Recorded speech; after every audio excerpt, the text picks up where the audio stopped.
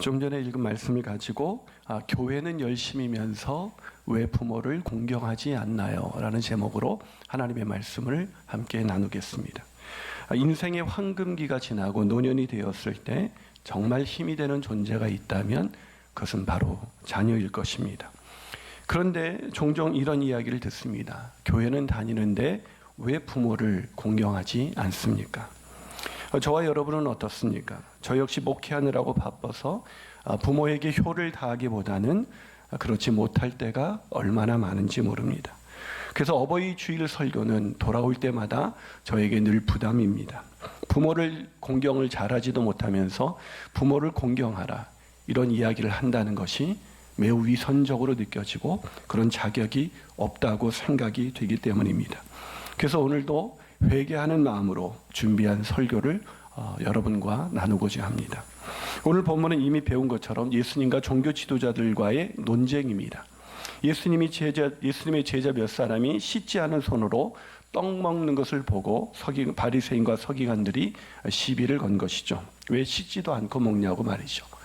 물론 이것이 요즘같이 코로나19로 인해서 손 씻는 것이 중요할 때 그 위생을 걱정한 것이라면 참 좋았겠지만 그런 것이 아니라 예수님을 비난하고 정죄하기 위해서 예수님의 제자들을 건드린 것입니다.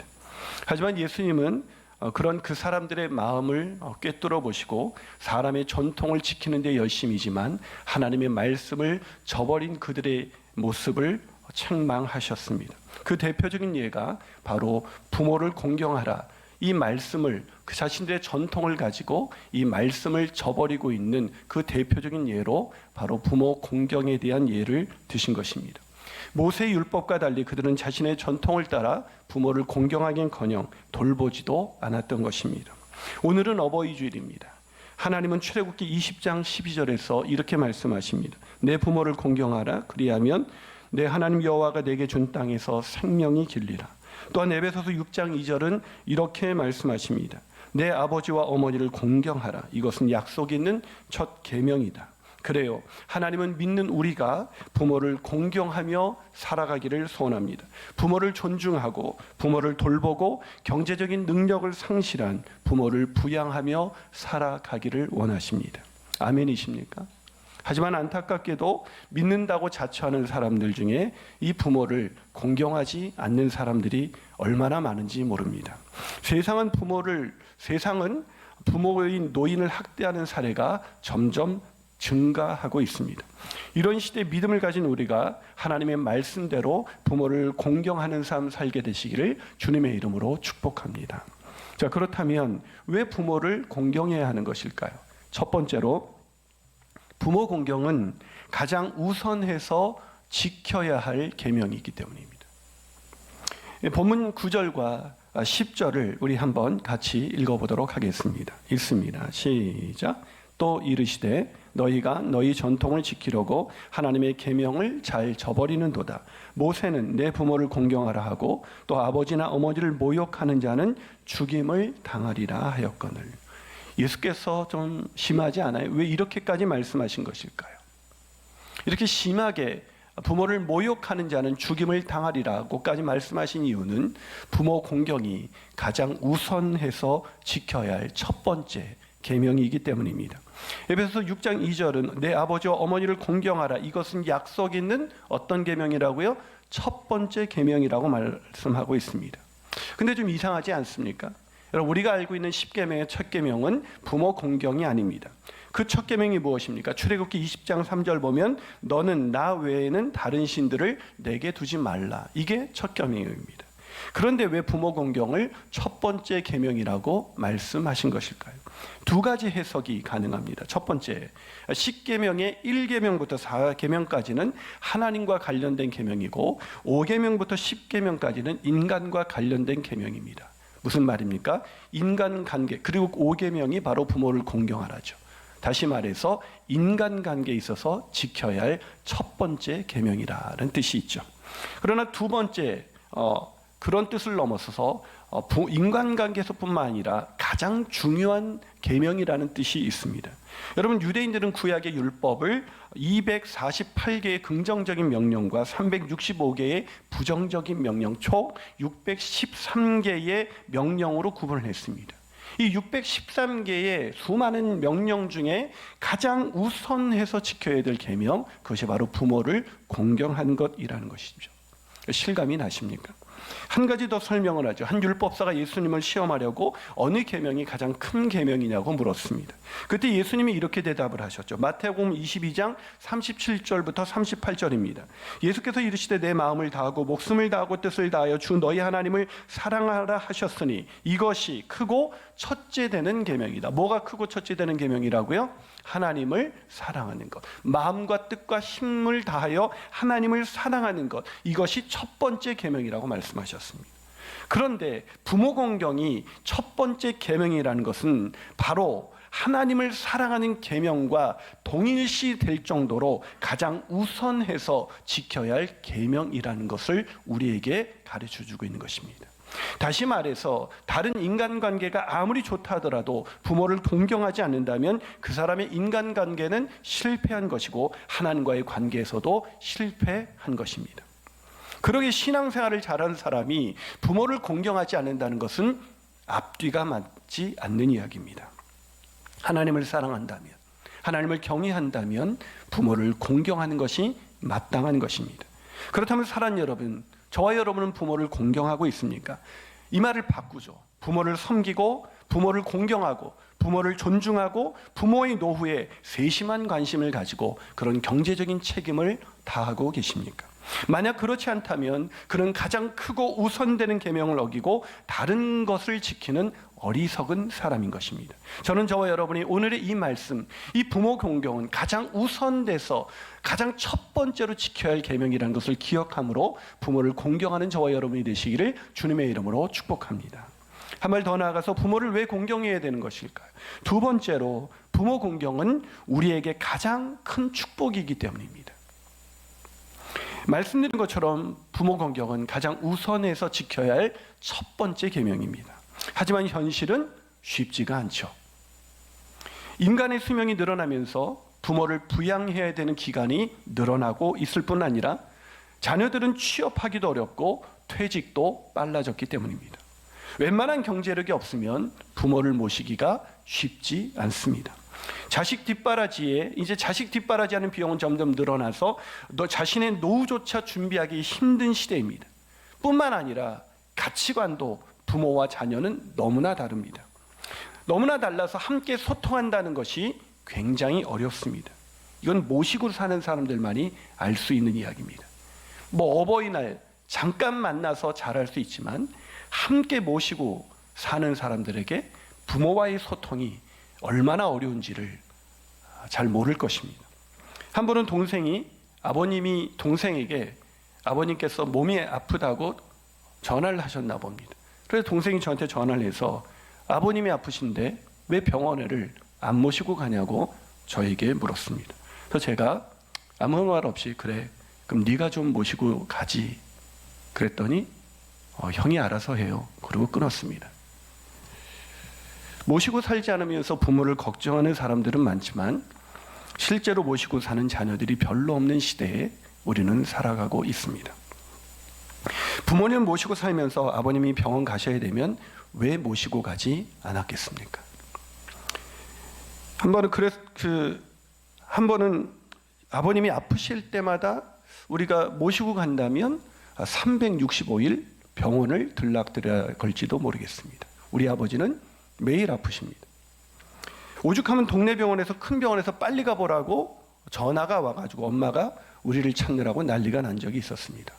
저도 무슨 큰일이 생긴 줄 알고 진짜 아버지에게 무슨 큰 병이 있었나 생각했더니 아버님이 아주 머리가 아프시다니까 그러면 큰 병원에 가서 검진을 한번 받아보라고 한 이야기. 게다가 간호사분들이 이제 식사를 하러 가야 하기 때문에 좀 빨리 좀 모시고 가라는 얘기를 큰 병원에 빨리 가지 않으면 큰일 난 이야기로 들려져서 난리를 친 적이 있습니다.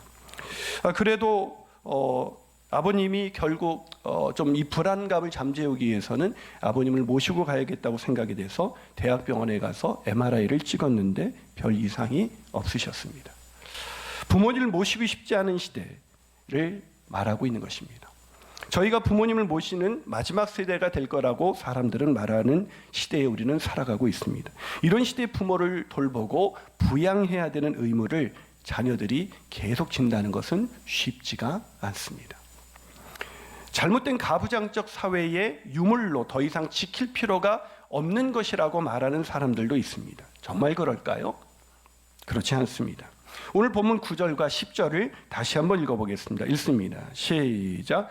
또 이르시되 너희가 너희 전통을 지키려고 하나님의 계명을 잘 저버리는도다. 모세는 내 부모를 공경하라 하고 또 아버지나 어머니를 모욕하는 자는 죽임을 당하리라 하였거늘.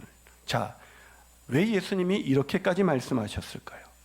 부모 공경이 단순히 가장 우선돼서 지켜야 할 계명이기 때문만은 아닙니다. 왜 이렇게까지 얘기하셨나? 그것은 우리에게 가장 큰 축복이 되는 계명이기 때문에 반드시 지키라는 것입니다. 왜 부모가 아이들이 꼭 해야 되는 것은 좀 심하게 말하지 않습니까? 또 공부 그렇게 안 하려면 나가, 이런 얘기가 진짜 애가 나가서 막 살라는 얘기입니까? 정말 중요한 얘기, 자녀가 꼭 해야 되는, 그래서 자녀에게 축복이 되는 이야기를 부모는 과장해서 얘기합니다. 왜 하나님께서, 오늘 예수님께서 내 아버지와 어머니를 공경하라, 그 부모를 모욕하는 자는 죽임을 당하리라고까지 얘기했을까요? 그것이 우리에게 가장 큰 축복이 되는 계명이기 때문입니다. 그래서 에베소서 6장 2절은 이렇게 말씀합니다. 내 아버지와 어머니를 공경하라. 이것은 약속 있는 첫 계명이다. 왜 부모를 공경해야 된다고요? 단순히 첫 계명이기 때문이 아니라 약속이 있는 계명, 즉 우리에게 축복이 되는 계명이라는 뜻입니다. 이 약속이 뭘까요? 출애굽기 20장 12절입니다. 부모를 공경하라. 그리하면 내 하나님 여호와가 내게 준 땅에서 내 생명이 길리라. 어떤 약속이에요? 우리가 장수한다는 약속입니다. 아니 목사님, 지금 퇴직은 빨라지고 생명은 길어져, 그렇지 않아도 노후 준비가 안 되어 있는데 장수하는 게 무슨 축복입니까? 라고 말씀하실지 모르겠습니다. 그러나 사랑하는 여러분, 그러기 때문에 부모 공경이 축복이라는 것입니다. 이게 무슨 얘기냐면, 보세요. 부모는 자녀에게 세 가지를 줍니다. 자녀에게 생명을 주고 태어나게 한 후 율법을 가르쳐 줍니다. 그리고 자녀가 장성하면 땅을 기업으로 물려줍니다. 물론 안 물려주는 부모도 있죠. 게다가 하나님의 더 심한 것은 율법을 가르치는, 하나님의 말씀을 가르치지 않는 부모가 있습니다. 그러나 정상적인 부모라면 자녀에게 생명을 주어 율법을 가르치고 땅을 물려주어 독립하게 만듭니다. 어쨌든 그렇게 장성한 자녀는 부모를 공경하라는 이 율법을 부모로부터 배웠기 때문에 그 율법을 지켜서 자신에게 생명과 율법과 땅을 준 이 부모를 공경함으로 부모의 노후를 책임져 줍니다.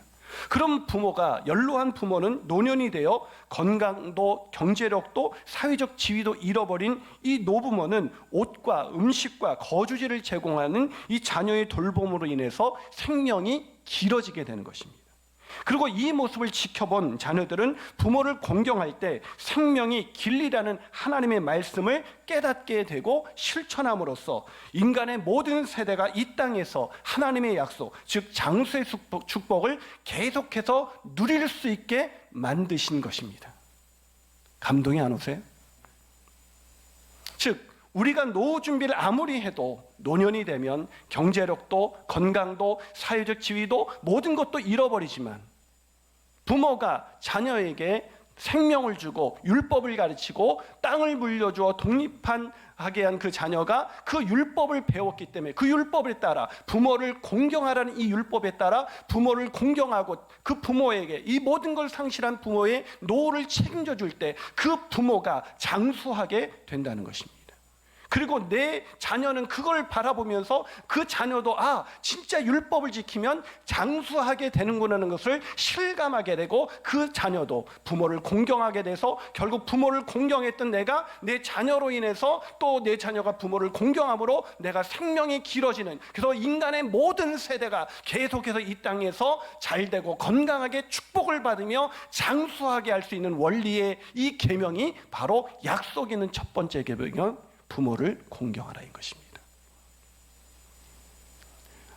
저희는 아시는 것처럼 부모님을 모시고 사니까 이번에 어버이날에 우리 애들이 편지를 쓸 때 꼭 하는 얘기가 있어요. 엄마 아빠 우리도 엄마 아빠처럼 엄마 아빠의 그 노후를 우리가 책임져 줄게요. 감동이 안 오세요? 왜 부모를 공경해야 됩니까? 부모를 위해서가 아니라 바로 노년이 될 우리를 위해서 부모를 공경해야 하는 것입니다. 그래서 하나님은 가장 첫 번째 되는 계명으로 부모 공경의 계명을 주신 것입니다. 이 계명을 늘 기쁘게 지키며 살아가시는 저와 여러분이 되시기를 주님의 이름으로 축복합니다. 마지막으로 부모를 왜 공경해야 될까요? 부모 공경은 하나님을 공경하는 것이기 때문입니다. 이제까지 부모 공경이 가장 우선돼서 지켜야 할 약속 있는 첫 번째 계명이라고 말씀을 드렸습니다. 그러나 부모를 공경해야 되는 더 중요한 이유가 있습니다. 그것은 바로 부모를 공경하지 않는 자는 하나님을 공경할 수 없기 때문입니다. 다시 말해서 부모를 공경하지 않는 자는 하나님을 경외하며 이 땅에서 진실된 믿음을 가지고 살아갈 수 없다는 것입니다. 오늘 본문 9절과 10절을 다시 한번 읽겠습니다. 읽어볼까요? 시작. 또 이르시되 너희가 너희 전통을 지키려고 하나님의 계명을 잘 저버리는도다. 모세는 내 부모를 공경하라 하고 또 아버지나 어머니를 모욕하는 자는 죽임을 당하리라 하였거든. 예수님이 왜 이렇게까지 말씀하셨죠? 말씀하신 대로 부모를 공경하지 않으면 우리에게 축복이 되지 않기 때문이라고 말씀드렸습니다. 그러나 더 중요한 이유가 있습니다. 이렇게까지 말씀하신 더 중요한 이유, 그것은 우리가 부모를 공경하지 않으면 하나님을 공경할 수가 없기 때문입니다. 우선 이 공경하다는 단어를 생각해 봅시다. 이 단어는 무겁다라는 뜻의 카베드라는 단어를 사용하고 있습니다. 이 단어가 카베드라는 이 단어가 명령법이 되면 무겁게 여겨라, 결코 가벼이 여겨서는 안 된다라는 뜻이 됩니다. 그런데 이 카베드라는 이 단어가 강조형 명령법으로 쓰여진 곳은 구약에 단 4곳밖에 없습니다. 그 4곳이 잠언서 3장 9절과 이사야서 24장 15절 그리고 출애굽기 20장 12절, 신명기 5장 16절입니다. 이어서 한번 읽어보겠습니다. 시작. 내 재물과 내 소산물의 처음 이르는 열매로 여호와를 공경하라. 그러므로 너희가 동방에서 여호와를 영화롭게 하며 바다의 모든 섬에서 이스라엘 하나님 여호와의 이름을 영화롭게 할 것이라. 내 부모를 공경하라. 그리하면 내 하나님 여호와가 내게 준 땅에서 내 생명이 길리라. 너는 내 하나님 여호와께서 명령한 대로 내 부모를 공경하라. 자, 계속 거기서 공경하라. 아까 이사야서 24장 15절에서는 여호와를 영화롭게 하다. 이것이 결코 가볍게 여기지 말라. 이 카베드라는 단어를 강조 명령법으로 사용한 4군데입니다. 자, 여러분 눈치채셨습니까?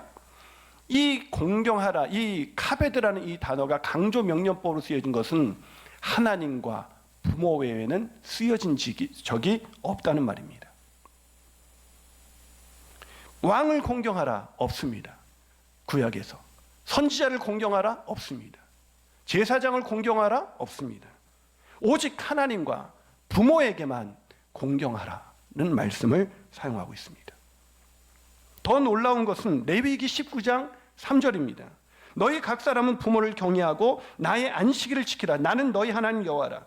부모를 뭐 하라고요? 경외하라. 이 경외라는 단어 놀랍지 않습니까? 이 단어는 히브리어 야레라는 단어인데 이 단어는 오직 하나님께만 쓰이는 단어입니다. 놀랍지 않습니까? 구약에서 하나님 외에 그 무엇도 경외하라고 하신 적이 없습니다. 그것은 우상 숭배입니다. 그런데 유일하게 허락된 존재가 있습니다. 바로 부모입니다. 물론 신약에 와서는 이 경외하라, 공경하라는 뜻이 확장되고 있습니다. 왕이나 과부, 그런 어려운 대상에게도 또 지도자에게도 공경의 대상이 확장됩니다만 왜 하나님께서는 이렇게까지 부모를 공경하라고 하신 것일까요? 부모는 이 땅에 존재하는 하나님의 대리자이기 때문입니다. 하나님의 대리자로서 자녀에게 생명을 준 존재이기 때문입니다. 그 누구도 부모 없이 이 땅에 존재하는 사람은 없습니다. 그 부모가 허물이 많고 부모답게 살아가는 법을 몰라서 제대로 우리에게 양육하는 법을 잃어버렸다 할지라도 하나님의 대리자로서 우리가 이 땅에 존재할 수 있도록 한 이 한 가지 사실만으로도 그분은 우리에게 우리가 하나님을 경외하듯 부모를 공경해야 되는 그 대상이 되는 것입니다. 아멘이십니까? 따라서 부모를 공경하지 않는 것은 단순한 윤리적이고 도덕적인 문제가 아니라 영적인 문제인 것입니다. 즉 부모를 경외하지 않는 사람은 하나님을 경외하는 사람이 아니라는 것입니다. 아니, 그 사람은 하나님을 반역한 사람인 것입니다. 그런데 본문에서 누구보다도 하나님의 백성이라고 자처했던 바리새인과 서기관들이 부모에게 고르반이라고 하기만 하면 부모를 향한 모든 의무가 끝난 것이라고 생각하며 부모를 공경하기는커녕 부양하지도 않았던 것입니다. 그래서 부모 공경이 얼마나 중요한지 그들에게 다시 상기시키시며 부모를 공경하지 않는 자는 죽임을 당할 것이라고 예수님이 말씀하신 것입니다. 그러기에 어떤 사람이 교회에서 아무리 열심을 내고 사람들의 그 열심에 칭송을 받는다 하더라도 부모를 공경하지 않는다면 그 믿음은 헛것일 뿐만 아니라 하나님을 경외하는 것이 아니라 하나님을 배반하는 것입니다. 사랑하는 여러분, 우리가 하나님을 공경하는 줄을 어떻게 알 수 있습니까? 부모를 공경하는 것입니다. 우리가 하나님을 경외하는 줄을 어떻게 알 수 있습니까?